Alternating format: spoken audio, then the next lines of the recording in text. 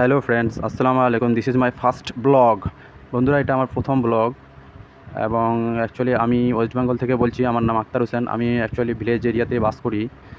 আমি এখন আছি আমার ঘাসের জমিতে। এটা হচ্ছে অ্যাকচুয়ালি জারা ঘাসের জমি। তার পাশে আছে আমার ধানের জমি, যাকে বলে প্যাডি। ধানের জমি আছে।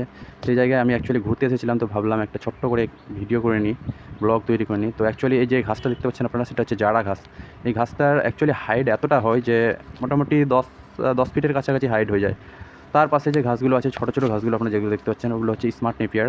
এই ঘাসগুলো অ্যাকচুয়ালি গবাদি পশুর জন্য খুবই মূল্যবান জিনিস। এগুলো অ্যাকচুয়ালি গবাদি পশুর জন্য কেন মূল্যবান, যে এই ঘাসগুলোতে অ্যাকচুয়ালি 800 থেকে 20% পরিমাণ ক্যালসিয়ামের পরিমাণ থাকে। অ্যাকচুয়ালি নিয়মিত গবাদি পশুকে ঘাস যদি আপনি নিয়মিত খাওয়ান, তাহলে কি হয় যে ক্যালসিয়ামের ঘাটতিটা হয় না। অ্যাকচুয়ালি ক্যালসিয়ামের ঘাটতি বললেই হয় না, কারণ অ্যাকচুয়ালি ক্যালসিয়ামের ঘাটতি হয় না। বাট ঘাস খুবই ইম্পর্ট্যান্ট। মানে মানুষের যেরকম ভাত মানুষ খায় পেট ভর্তি করে, তার সাথে এক্সট্রা আরও কিছু খায়, কিন্তু ঘাস হচ্ছে কি গবাদি পশুর জন্য খুবই মূল্যবান জিনিস।